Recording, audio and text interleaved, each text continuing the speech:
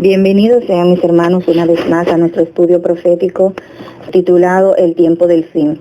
Que Dios los guarde a cada uno de ustedes en esta hora y que nos ayude en su grandísima misericordia a poder comprender lo que su palabra maravillosa está abriendo ante nuestros ojos asombrados en este tiempo, ya que Cristo ha descendido de manera maravillosa para que nosotros podamos tener la luz de su palabra que iluminará nuestros corazones y nos animará a tomar decisiones que nos llevarán a ese anhelado reavivamiento que se producirá dentro del pueblo de Dios para que pueda cumplir con su labor.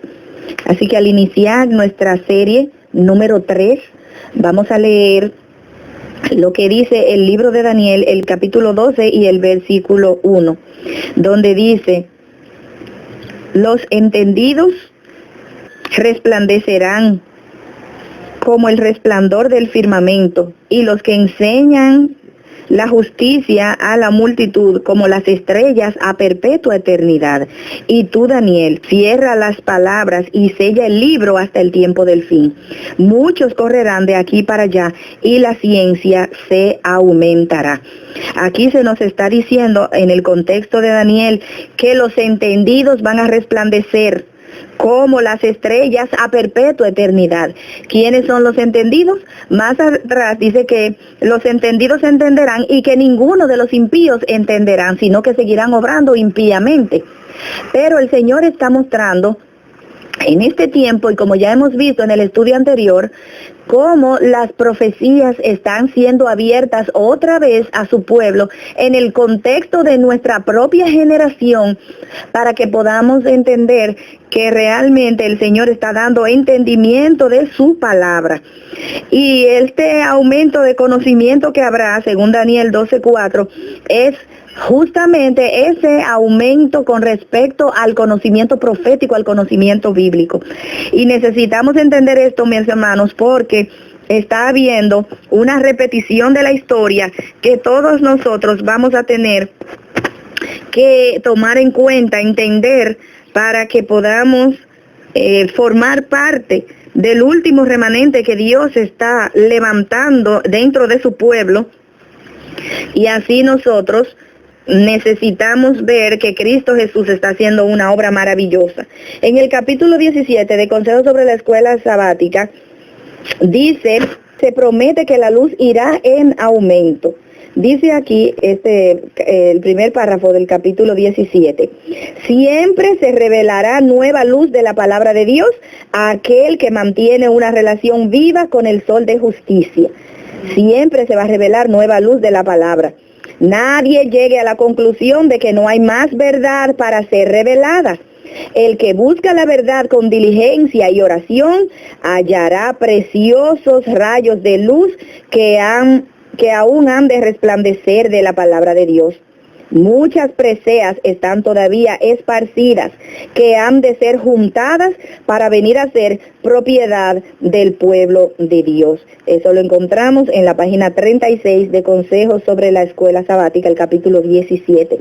Así que esto mismo que dice Daniel, que habrá un aumento de conocimiento y que los entendidos resplandecerán como las estrellas a perpetua eternidad, está en proceso de cumplimiento ahora mismo, mis hermanos. El Señor está abriéndonos su palabra profética, nos está mostrando nueva luz que, como vamos a ver, no es una luz diferente, sino que nosotros estamos viéndola desde una perspectiva que no habíamos visto anteriormente. Eso lo podemos corroborar en Palabras de Vida del Gran Maestro, en el capítulo 11, que se titula ¿Dónde hallar la verdad? Miren lo que dice acá. Dice en la página 98. En cada época hay un nuevo desarrollo de la verdad. Entonces, esta nueva luz que irradia de la palabra de Dios es un nuevo desarrollo de la misma verdad que es para cada época. Un mensaje de Dios al pueblo de esa generación. ¿Cuál es el mensaje de Dios para nosotros en esta generación? El mensaje de Daniel 11, 40 al 45, que son las últimas escenas que se revelarán en la historia de este planeta, como lo vamos a ver en una cita ulterior que vamos a leer. Así que hay un mensaje de Dios al pueblo de esa generación.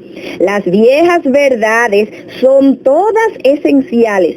La nueva verdad no es independiente de la vieja, sino un desarrollo de ella. Es únicamente comprendiendo las viejas verdades como podemos entender las nuevas. Oigan aquí, únicamente comprendiendo las viejas verdades como podemos entender las nuevas. Cuando Cristo deseó revelar a sus discípulos la verdad de su resurrección, comenzó desde Moisés y de todos los profetas, y declarábales en todas las escrituras lo que de él decían. Pero es la luz que brilla en el nuevo desarrollo de la verdad la que glorifica lo viejo. Aquel que rechaza o descuida lo nuevo no posee realmente lo viejo. Para él, la verdad pierde su poder vital y llega a ser solamente una forma muerta. Mis amados, entonces podemos ver que siempre hay un nuevo desarrollo de la verdad para el pueblo de Dios en cada generación.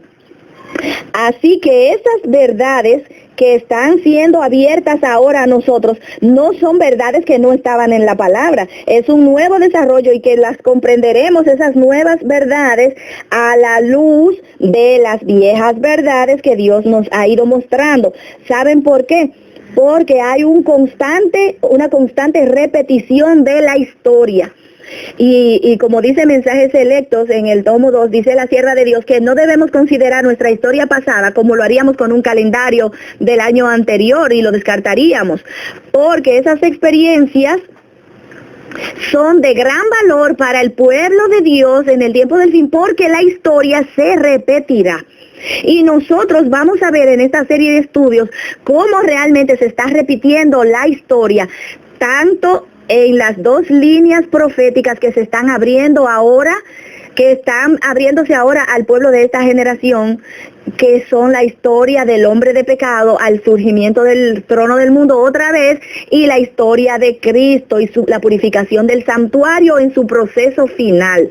En ambas historias está habiendo una repetición que a medida que vayamos avanzando en la serie vamos a ir comprobando con la palabra de Dios y con los hechos de la historia. Otra cita más que quiero compartir con ustedes se encuentra en el libro La Educación, titulada La enseñanza y el estudio de la Biblia. En la página 190 vemos algo maravilloso que es el motor, cómo es que nosotros podemos entender que realmente estamos estudiando la palabra de Dios como es. Porque hermanos, ¿cómo yo puedo saber si lo que estamos entendiendo es así? ¿Cómo nosotros podemos corroborar que no estamos yendo por algún camino desviado de las profecías? Ustedes saben que si hay una cosa de la que Jesús nos advierte en Mateo 24, cuando el Señor empieza su discurso profético, Él dice, mirad que nadie os engañe. Porque él sabía que los engaños pulularían en el tiempo del fin de una manera asombrosa, y no solamente por afuera, sino también dentro del pueblo de Dios suscitarían interpretaciones erróneas que nos llevarían a engañarnos, y por esta razón es que nosotros tenemos que tener una ancla segura para interpretar las profecías, para saber realmente qué es lo que la Biblia dice y cómo nosotros podemos entender correctamente cómo es este nuevo desarrollo de la verdad que se ha ido levantando. La Biblia, dice la página 190 de La Educación, la Biblia es su propio intérprete. Clave número 1, la palabra de Dios es la que tiene que corroborarle a usted cómo están siendo establecidas las cosas, interpretación que la misma Biblia le dé. Debe compararse texto con texto. Ese es el método que aprueba la palabra de Dios para el descubrimiento de la verdad.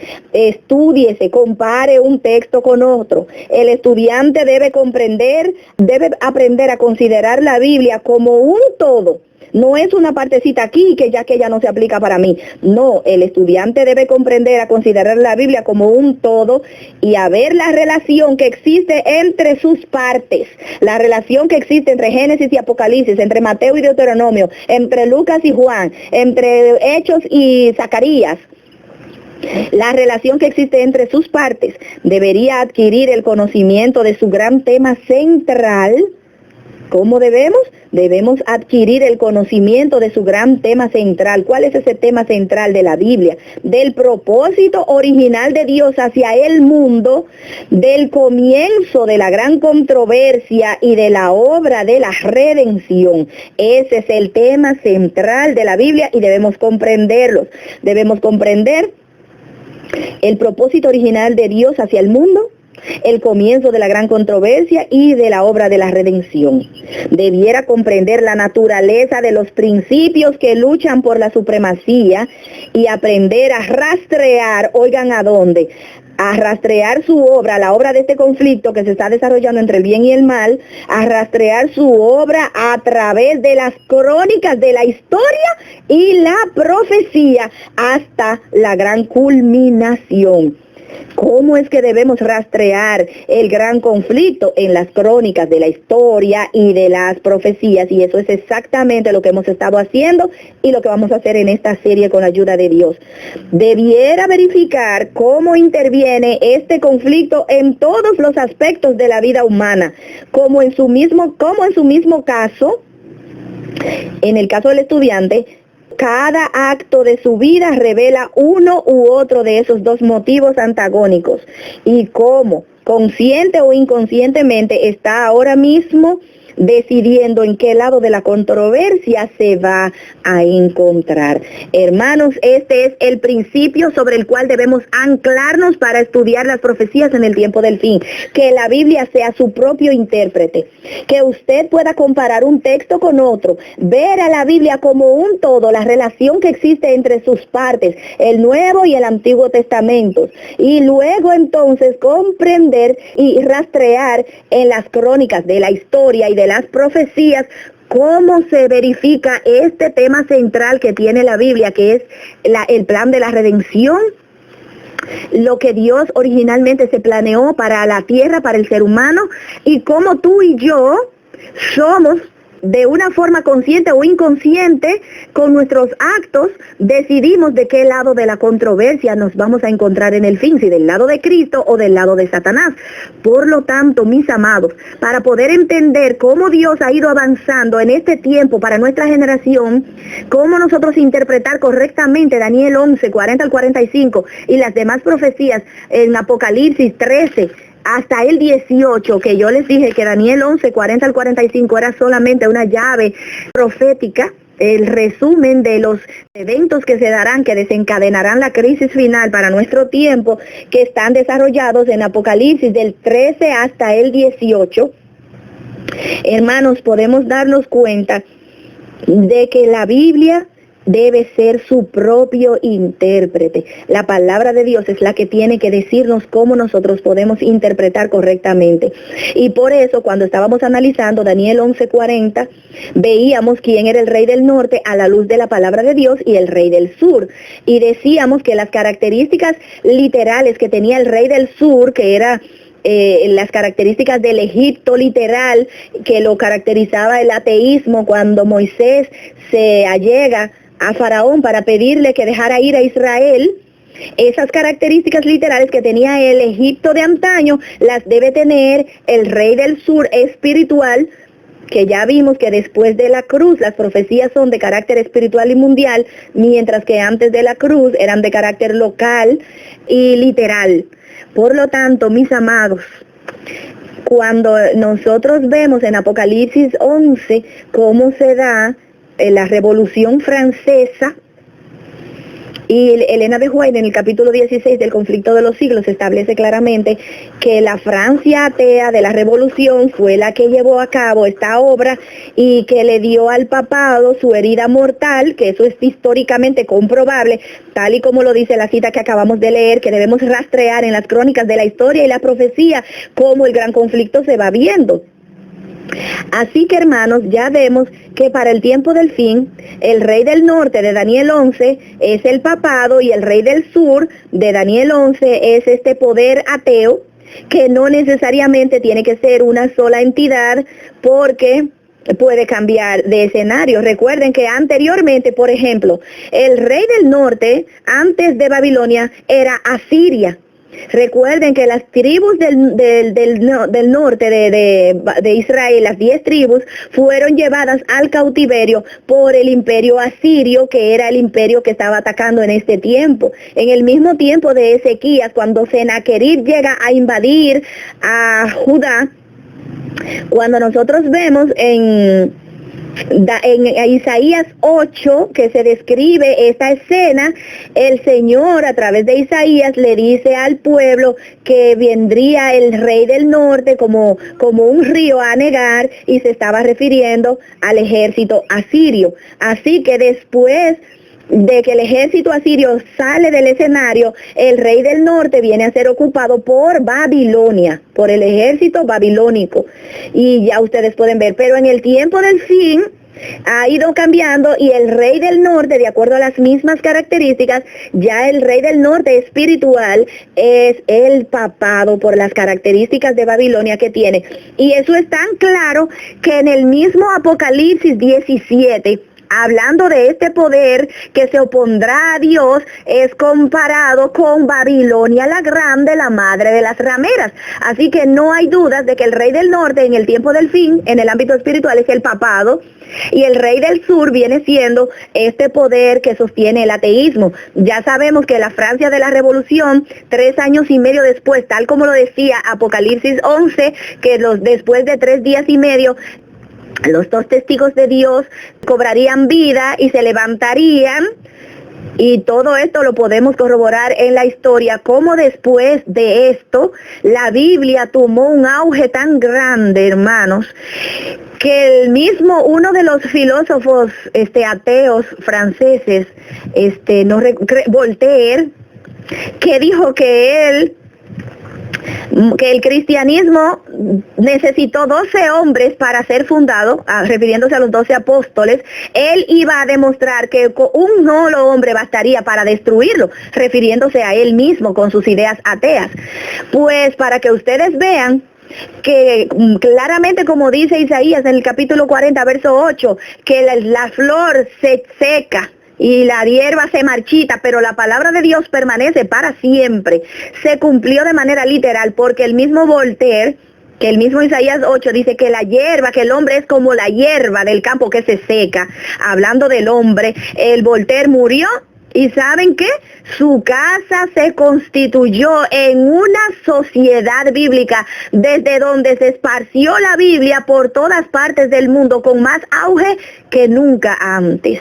Así que el hombre puede proponer y disponer y creer que tiene el control de su propio destino o del destino del mundo en sus manos, pero al final siempre se revela que solamente Dios y su palabra son los que van a vencer y a permanecer para siempre.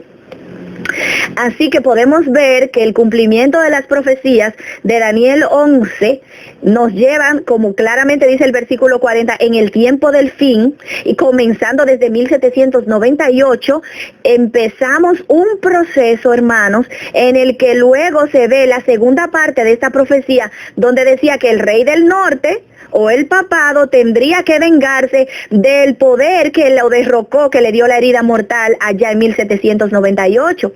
Como Francia abandonó su lugar ateo, y entonces debemos buscar en el futuro otro poder ateo que fuera antagónico con el rey del norte o el papado en el tiempo del fin, y eso pudimos corroborarlo cuando Juan Pablo II, en unión con Ronald Reagan, tal como lo decía la profecía, invistieron contra el comunismo ruso, y en 1989, con la caída del muro de Berlín y la perestroika que se desarrolló con Gorbachev y todo lo demás, dio al traste con el comunismo en la Europa oriental. Muy bien, ahora, ¿cómo nosotros podemos saber? Estaba descrito que el papado vendría, decía que el rey del sur vendría con carros y gente de a caballo, que inundaría como una tempestad, con carros y gente de a caballo y muchas naves. Entraría por las tierras en plural y pasaría e inundaría. Ahora miren, hermanos, ¿qué significa que carros y gente de a caballo?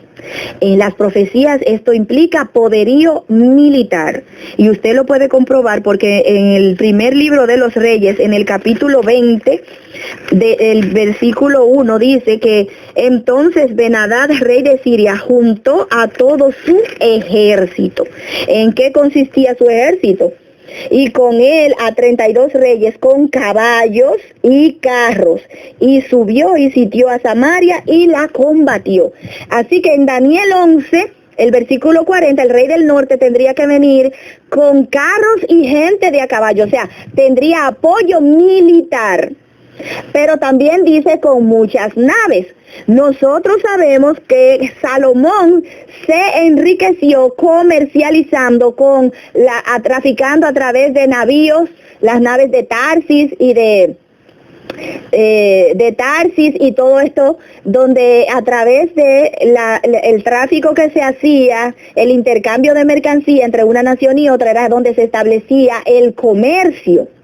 Por lo tanto, cuando habla acerca de muchas naves, está hablando de poderío económico. ¿Quién le proveyó al papado en el 89 para combatir el comunismo de la Europa Oriental?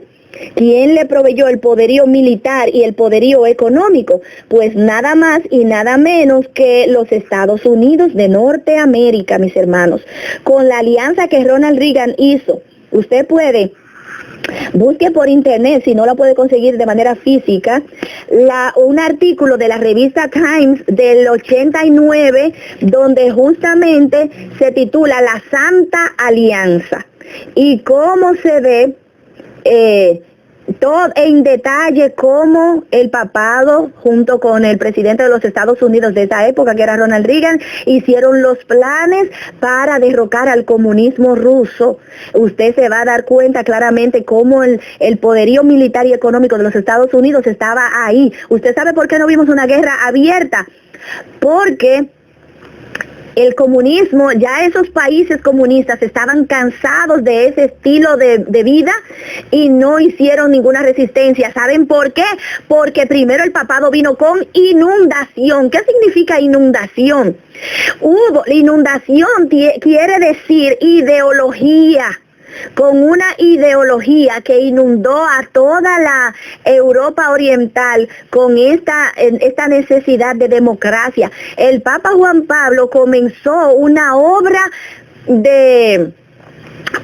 podríamos decir, por debajo, implantando ideas de libertad y democracia dentro de su Polonia natal. Comenzó por ahí y utilizó a un grupo de jóvenes que comenzaron a llevar estas ideas de libertad y de democracia dentro de estos países. Se fundó un sindicato que aún existe hoy en día, que se llama Solidaridad, donde a través de este sindicato se llevó a cabo toda una serie de campañas por debajo. Estaban quemando por debajo los principios, minando los principios comunistas y llevando principios de democracia entre la juventud y la población de Europa Oriental. Así que el escenario estaba listo para que pudiera llevarse a cabo el derroque del comunismo en esa área, mis hermanos. Pero quien proveyó el poderío militar y económico fue Estados Unidos. Todo lo que se financió en esa campaña lo proveyó Estados Unidos. Y no se vio el ejército en acción, por lo que ya yo les dije, porque se hizo una obra por debajo que no necesitó de guerra, pero estaba ahí. Yo les dije que la historia se repetiría.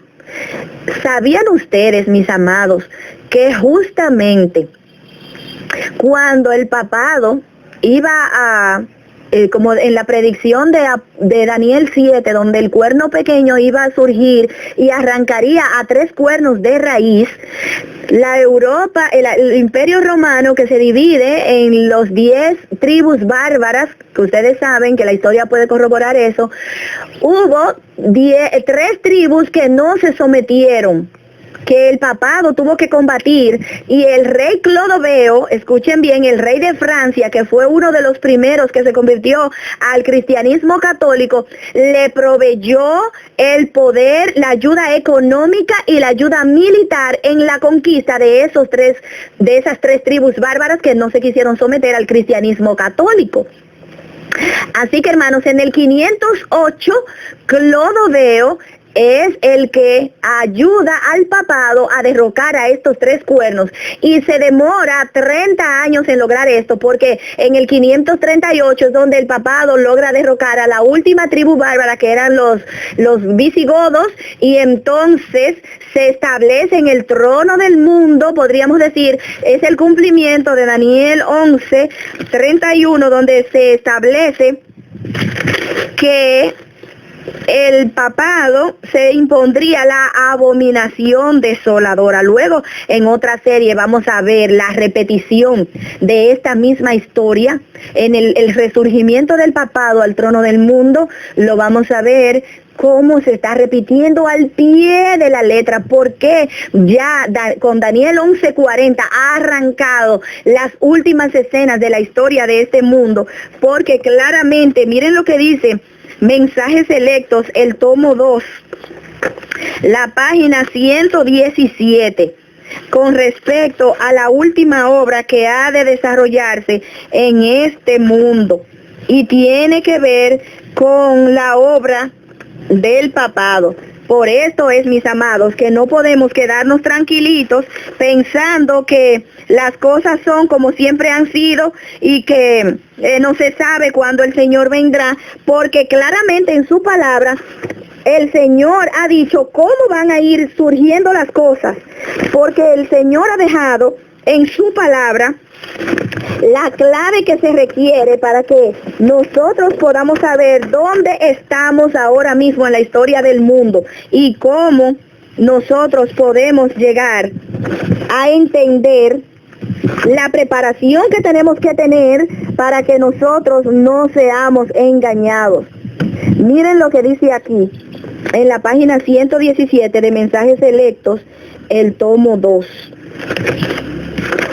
Dice: las escenas relacionadas con la obra del hombre de pecado constituyen las últimas características claramente reveladas en la historia de este planeta.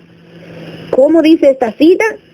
Las escenas relacionadas con la obra del hombre de pecado constituyen las últimas características claramente reveladas en la historia de este planeta.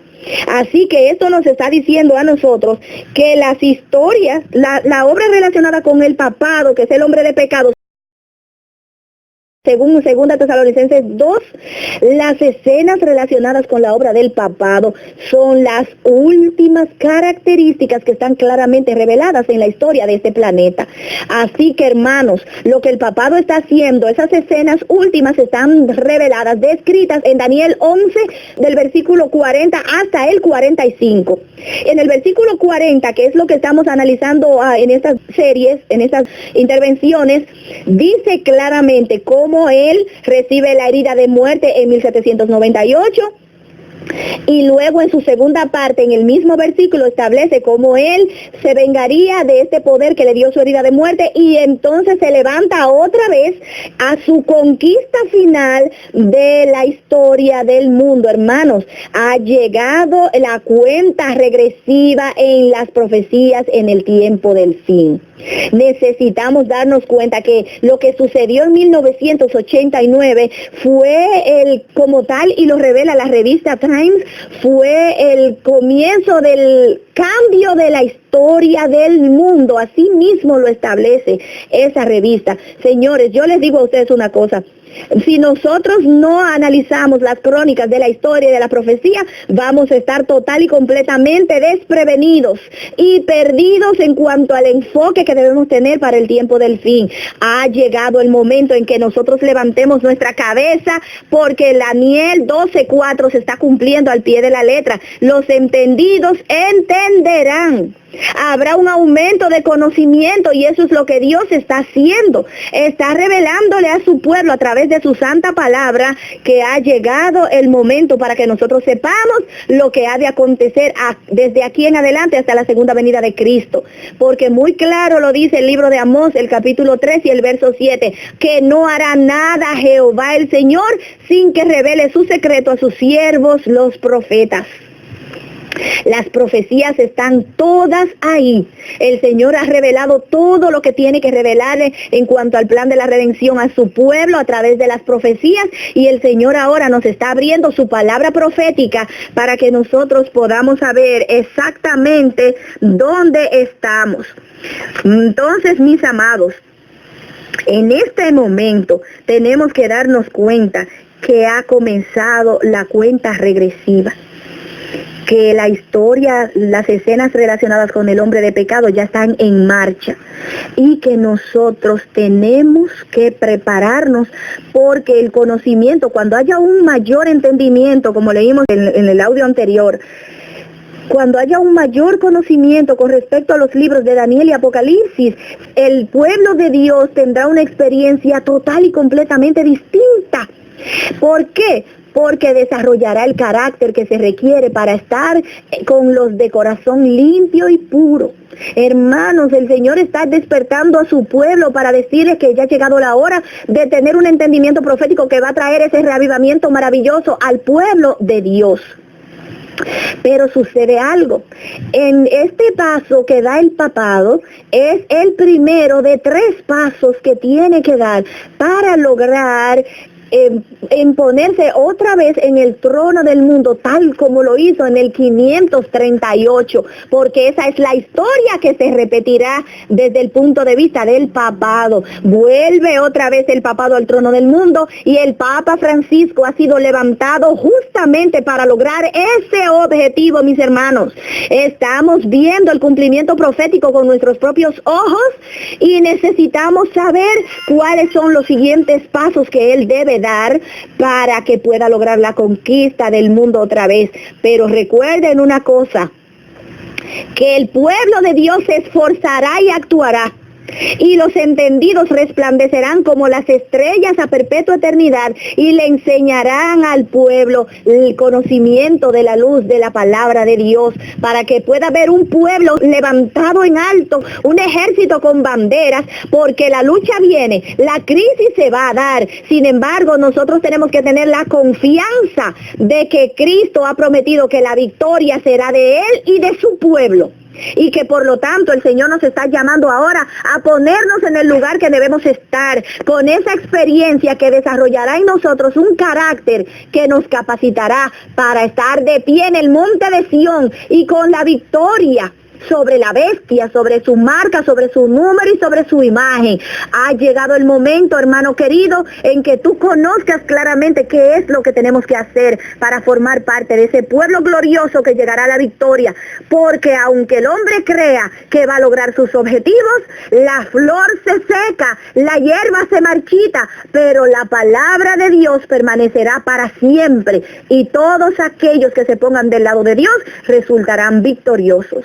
Vamos a ver en nuestro próximo audio, con la ayuda del Señor, cuál es el segundo paso que ha de dar el hombre de pecado en las últimas escenas descritas en la historia de este mundo, y qué implica eso para el pueblo de Dios. Que Jehová te bendiga y te guarde en este día, y que te ayude a estudiar con mayor detenimiento estas cosas, porque aquí solamente estamos dando pinceladas. Pero estudien con más detalle, mis amados. No solamente se conformen con escuchar y creer lo que estamos diciendo por aquí. Corrobórelo, váyase a la palabra de Dios, que ella es su propio intérprete. Váyase al espíritu de profecía que el Señor nos lo ha dado, para que nosotros en este tiempo podamos tener un ancla segura para nuestra fe. Y entonces estaremos listos para la gran crisis que se aproxima. Que Dios nos bendiga. Vamos a orar. Señor y Dios, muchísimas gracias te damos por tu misericordia y te suplicamos que en esta hora ayudes a cada sincero estudiante de tu palabra que está escuchando estos audios a entender cómo de una manera tan maravillosa Jehová de los ejércitos nos está abriendo su palabra, porque ha llegado el momento de preparar tu ejército para la lucha que muy pronto se avecina con respecto a la verdadera adoración. Pero hay un pueblo maravilloso que Dios está despertando para que resplandezca como las estrellas a perpetua eternidad, de tal modo que podamos estar del lado de Cristo aunque se desplomen los cielos y la tierra. Guíanos por el sendero de la justicia y permite, Señor, que podamos ser de aquellos que se manifiesten al mundo como luces que están dispuestos a seguir al Cordero por donde quiera que va, ya sea que los lleve al monte Calvario o sea que los lleve con carros de fuego como a Elías al cielo vivos, pero que juntos podamos llegar al trono de la gracia y adorarte, porque solo tú mereces honra, gloria y alabanza, y lo mínimo que podemos hacer es entregarte nuestro corazón y estar dispuestos a dejarnos guiar por ti, aunque eso implique la muerte. Muchas gracias por escucharnos en el nombre de Jesús. Amén.